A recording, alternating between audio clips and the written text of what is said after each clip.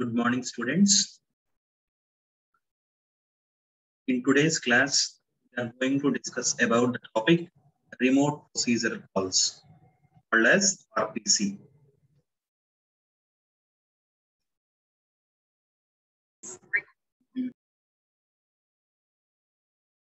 Yeah, coming to the introduction about RPC. Here, RPC is remote procedure call. It will be used for execute programs which is not in the same process. See, it will allows the programs to call the procedures located in other machines. Let's take an example. When a process is on machine A, calls a procedure on machine B, here the calling process is on A. Whenever the calling process is on A and the calling process is on B, the calling process A will suspend the execution of the called procedure that will take place on B. And then the information can be transported from the caller. Information can be transported from caller to the callee in the form of parameters and can come back in the procedure result. Here, let's take an example. The caller is on client machine. The callee is on server machine. The caller wants to execute the program which is on the callee's machine. That is nothing but server machine. Then the client will pass the parameters to the process which is on another machine, and the executed result will be come back to the caller. Now here, this is one type of message. This RPC is one type of message passing technique. See here, no message passing at all visible to the no message passing at all is visible to the programmer. Here, this method is known as RPC or remote procedure call. See, it is also said as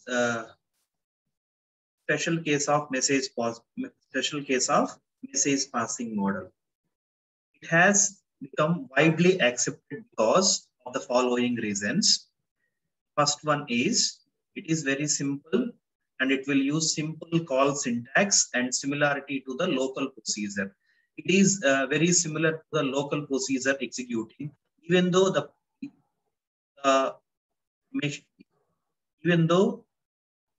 procedure is not in the client machine.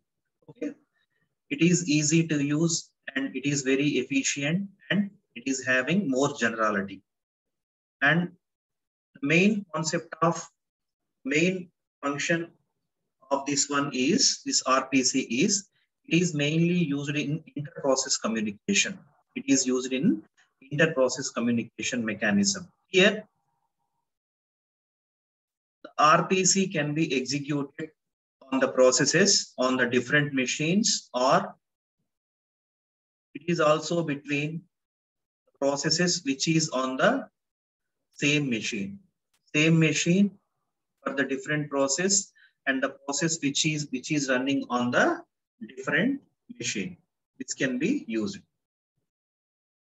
Coming to the RPC model, it is very similar and commonly used procedure call model.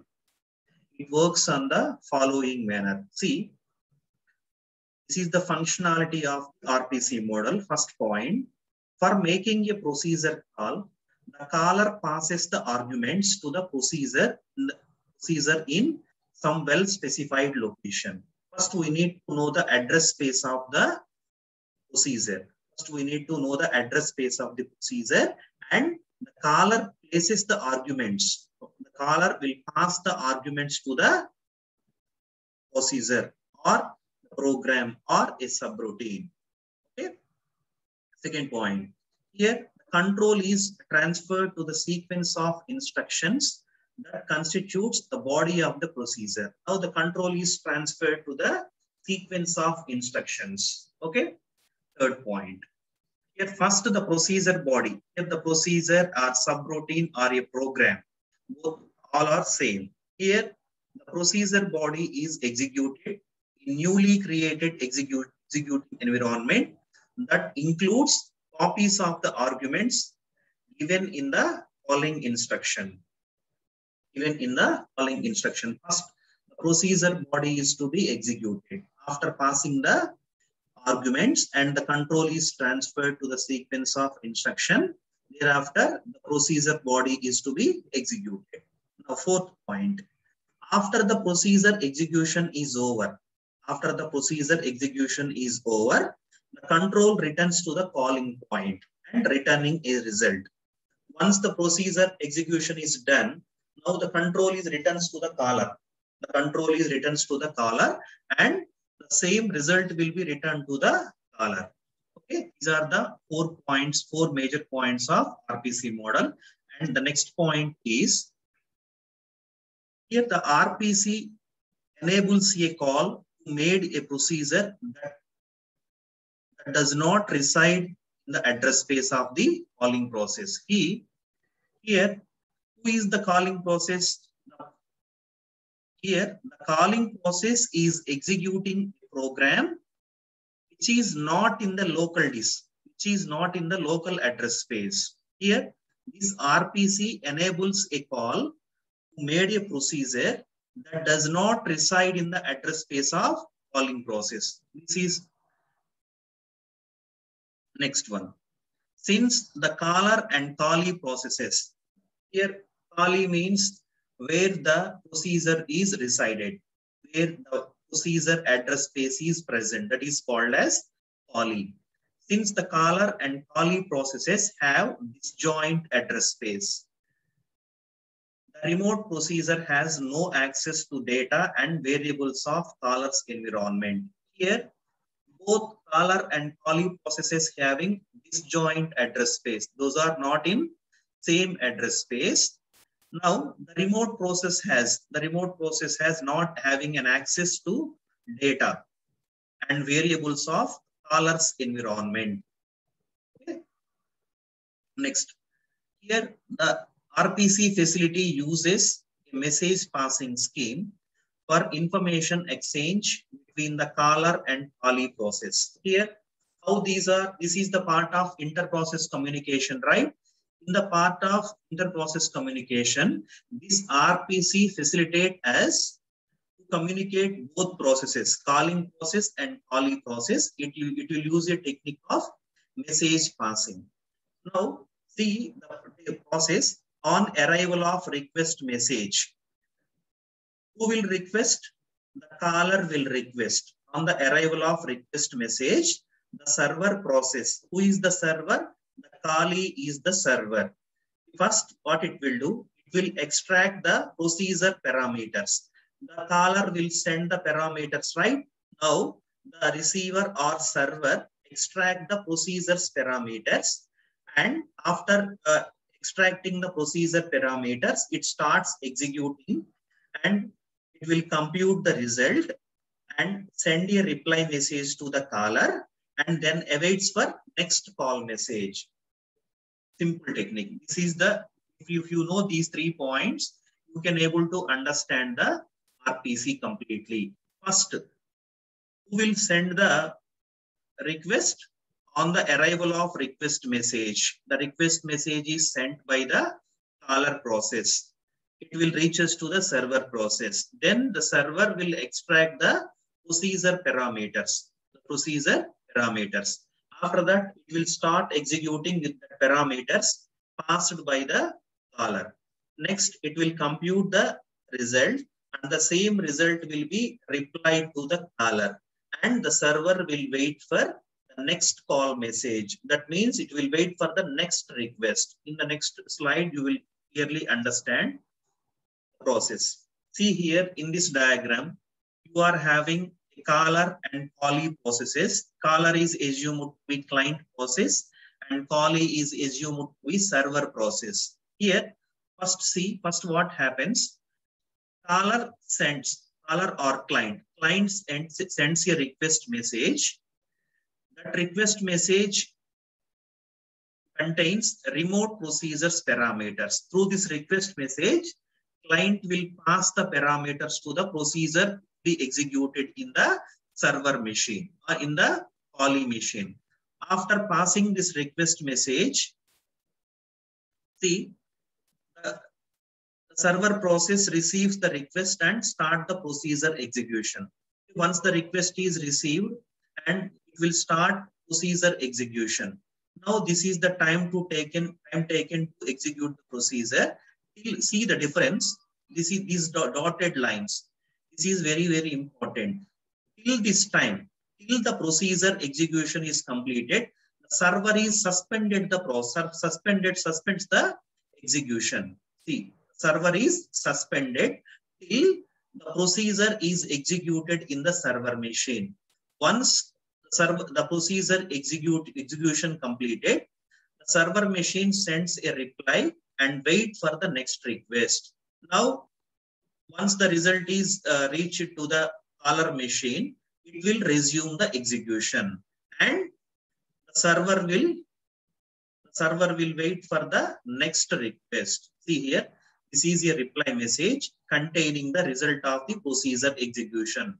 Okay, see, in order to execute a procedure or a subroutine or a program not in the same process in the same machine or in other machine, first the client process will pass the parameters. Client process will pass the parameters, and after receiving the request, and the server process will start the execution by the parameters given by the client process. Until the server process is executed, till the server process execution is completed, the client is suspended. See, this dotted line is represented. See here what they mentioned, resume execution. Here the execution is suspended. When it will be resumed its execution after sending the process result to the client, then it will resume its execution. This is the RPC procedure and how it will be executed. This is called as remote procedure call model. Next. Here, in the remote procedure call, only one of the two processes is active at a given time. That is what we have seen in the diagram. If server process is executing the procedure, then the client process suspends its execution. When it will be resumed after receiving the result from the executed process, then it starts its execution. That means either of the two processes will be active in a given time. Now, it is not always necessary that caller process gets blocked. In the previous slide, see here, in the previous slide, the caller process starts blocked.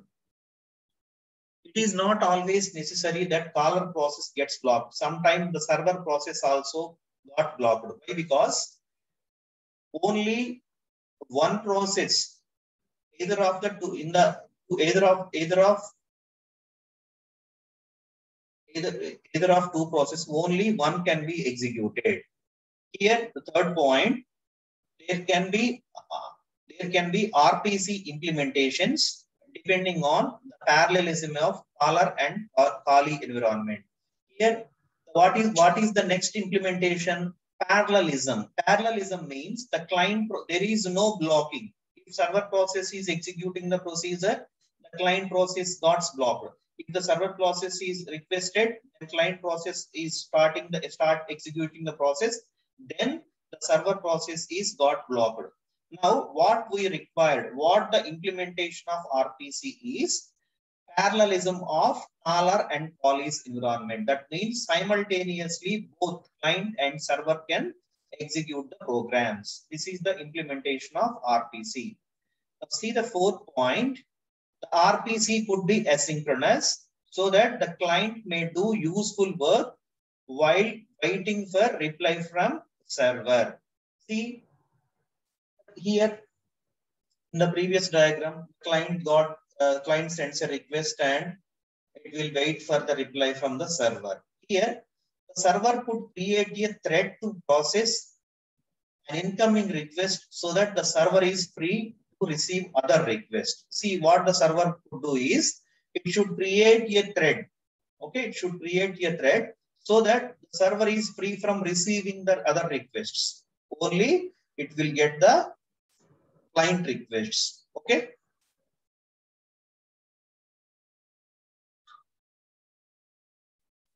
This slide shows us the differences between remote procedure calls and the local procedure calls. Okay. See, the first one, unlike the local procedure call with remote procedure calls, see, as I told you, the disjoint address space. It is disjoint address space and absence of shared memory and meaningless making call by reference using addresses in arguments and pointers. See here, first one is the address space. Here, the client process or caller process wants to execute a program or a subroutine or a procedure which is not in the local disk, Okay, sometimes it may be in the local disk running in another process. Most of the times it will be on other machines which is not in the same address space. That is said to be disjoint address space. And here there is no shared memory. Here there is no shared memory and there is no call by reference. Previously, we are passing the arguments by call by reference and call by value. Here there is no call by reference and using the addresses in arguments and pointers. The second difference between RPC and local procedure calls, RPC and LPC. Here RPCs are more vulnerable to failure because possibility of processor crashes or communication problems of a network. The first one, here in case of local procedure call, there is a less possibility of failure, where in RPC, the first possibility of failure is possibility of processor crashes. If processor is crashes, it is not possible to execute the procedure. Okay. Or the next possibility is the communication problem. The client machine and server machine got having communication problem, and if there is a communication problem, the request message and the reply message between the client and server will be not possible. So that in these cases, RPC is said to be more vulnerable. Now, third one, RPCs are very much more time consuming than LPC due to the environment of communication network. Why? Because it is not, in case of LPC, it is executing a subroutine which is in the local disk. In case of RPC, it needs to be execute the procedure not in the same machine, which is in the other machine.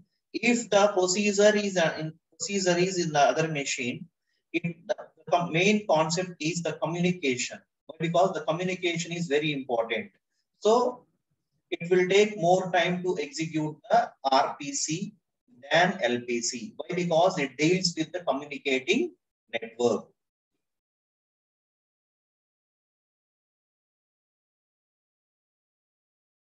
Now see, implementing the RPC mechanism.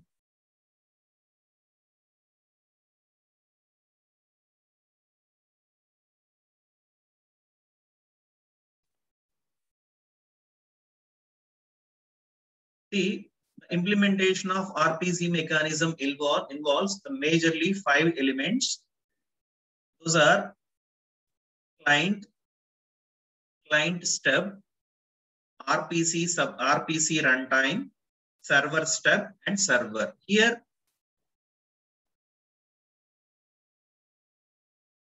first one, the client step are one instance of RPC runtime execute on client machine. See here, what is the difference between client and client stub? First, we need to understand this point. Here, what is the meaning of stub? In a distributed computing environment, A stub is also a piece of code, or it is a small amount of code that converts the parameters passed between the client and server during RPC. See here, we are having two stubs here, client stub and server stub. The responsibility of stub is nothing but a simple small piece of code. The major responsibility of this stub in distributed computing environment is here that stub converts the parameters. Here client machine is passing parameters to the program which is in the server machine, right? It converts the parameter passed between the client and server during a remote procedure call. Okay. Next, that is what client and client stub, server and server stub. That I will show you in the execution of the program. As for the third one, as far as the client is concerned, the remote services are accessed by the user by making ordinary LPC. Here, as far as the client is concerned, the remote services are accessed by the user making ordinary local procedure call. Now see about stubs. Here, these stubs will provide a normal or local procedure call abstraction by concealing the underlying RPC mechanism. These stubs will make an important role in remote procedure call. Let's see how it will works. Suppose, as I told you in the previous slide, the example is client machine is passing a request to the server machine. Okay. After passing the request, the server machine will get the result, get the request, and that request is containing the parameters which is passed by the sender or client. Okay. Here, those parameters needs to be converted. Those parameters needs to be converted by server stub at server machine and vice versa in the client machine. Okay.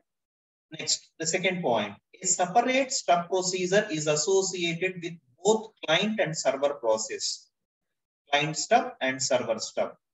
To hide the underlying communication network, RPC communication package known as RPC runtime is used on both sides. Here, the RPC runtime is used on both sides, and this will uses for RPC communication. Okay. See, this will give you the clear picture. This diagram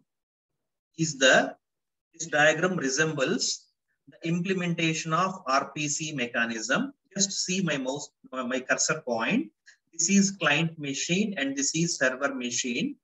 In the client machine, first it will take the client's call and pack that client call. Okay, this will be done by client stub. This will be done by the client stub. Next, RPC runtime is both sides. RPC runtime is on both sides, at client side and the server side. And this RPC runtime will send the client request that in the form of packet. That is called call packet. Okay, this packet is received by the server machine. Here the server machine receives the call packet. And once the call packet is received, it is unpacked by server stub. It is unpacked by server stub. Next, it will execute the call. Okay, it will execute the procedure. Call is nothing but a procedure. It will execute the procedure. Upon execution, the executed result will be returned to the client. Needs to be returned to the client, right? So it will be returned by packing. It will be returned.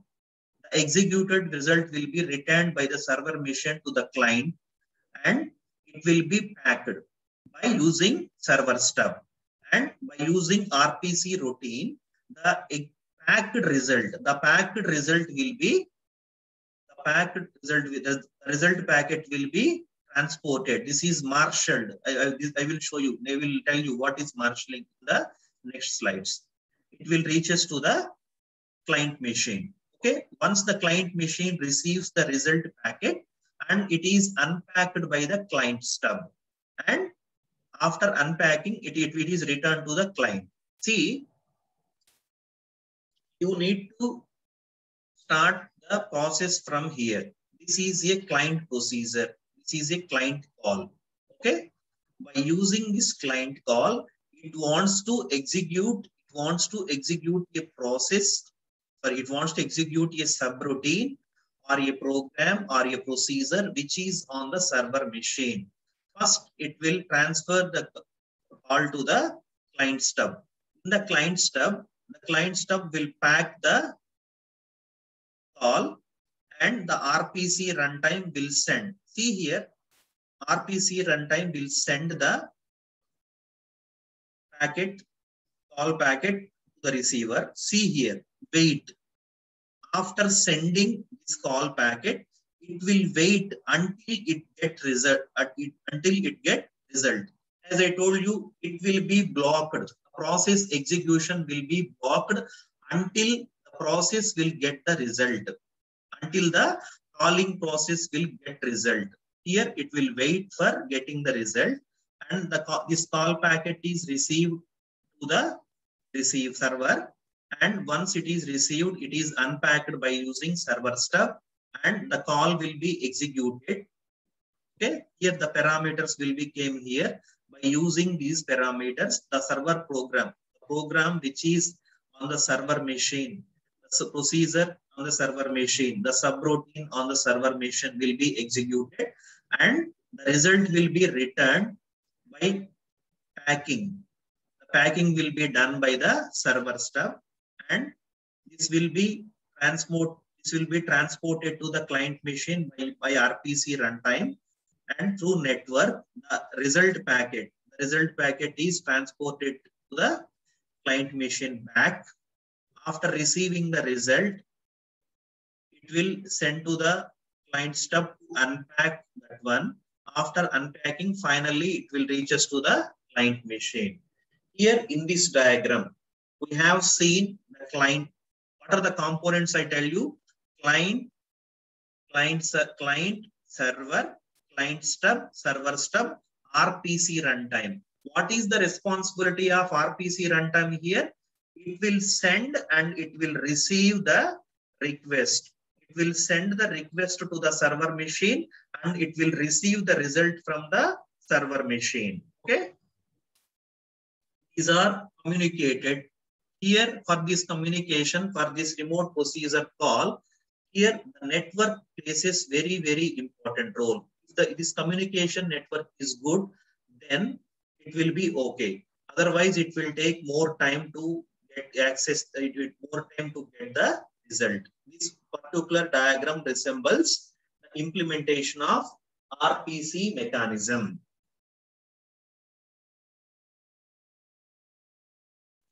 Now see, coming to the client stub, the responsibility of client stub. Here, the client stub is responsible for mainly two tasks. On receipt of call request from the client, see here, on receipt of call request from the client. Here we are discussing about this particular part, client stub. Here it will receive a call request from the client. Call request from the client. It packs the specification of target procedure. It packs the specification of target procedure and the arguments into a message. Okay, what it will pack? It will pack a specification of target procedure. Where is the procedure? The procedure is in the target machine. For the target machine procedure, we need to pass the arguments. We need to pass the parameters into a message and asks the local RPC runtime to send to the server stub. See what happens after packing.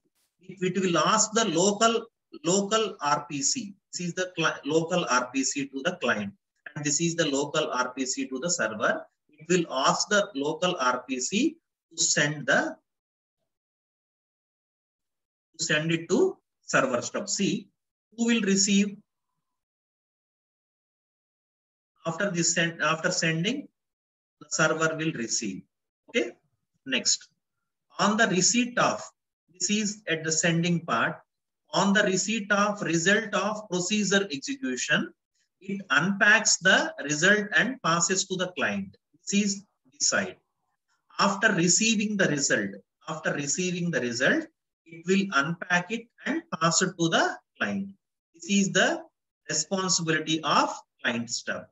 Now moving to the RPC runtime. What is the importance of RPC runtime? It handles the transmission of messages across the network between the client and server machine. Here, RPC runtime handles the transmission of messages across the network between client and server machine. Now, it is responsible for retransmission. If any problem happens in the communication network, it is responsible for retransmission, and it is responsible for acknowledgements, routing information, and as well as for security encryption information. Next one, server stub. We have completed the client stub. Now the turn is for server stub. It is responsible for, see, on the receipt of call request message. Okay, the client sends request on the receipt of call request message from the local RPC runtime.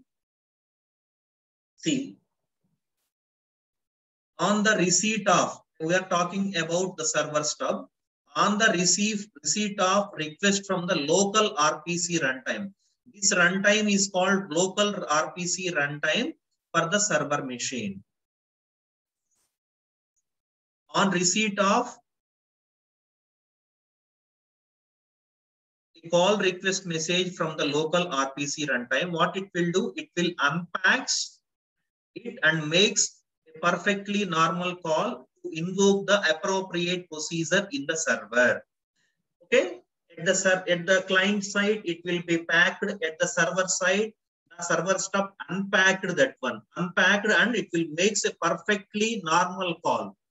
Okay, to invoke the, we need to invoke the procedure. We need to invoke the procedure which is in the server machine.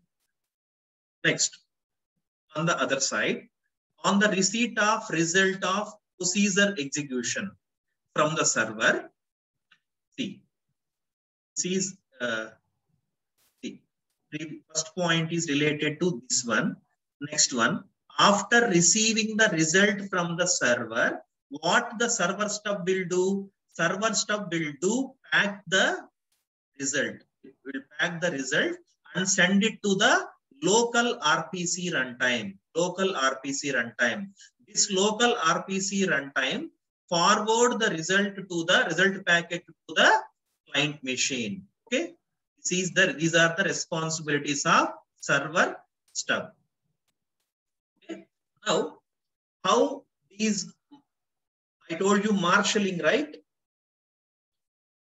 Marshalling arguments and results. See, from client to server, the arguments are marshaled, and from server to client, the results are marshaled. Okay, this marshalling and unmarshalling, how it will be done.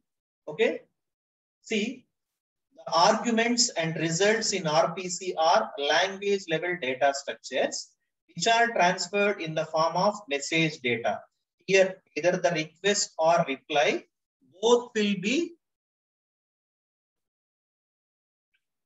either the request or reply, both are transferred in the form of message data. Here, the transfer of data between two computers requires encoding and decoding of message.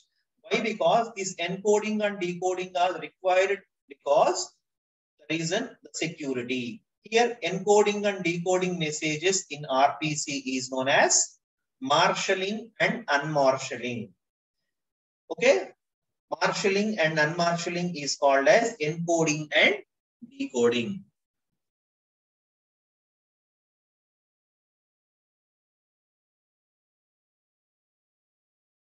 See, In the next class, we are going to discuss about the working of RPC, the working of RPC, working procedure of RPC. Okay. As of now, we have seen the implementation of RPC mechanism and how the client and server will exchange the information as the part of inter-process communication. Okay. That's it for today, students. In tomorrow's class, we will see the procedure.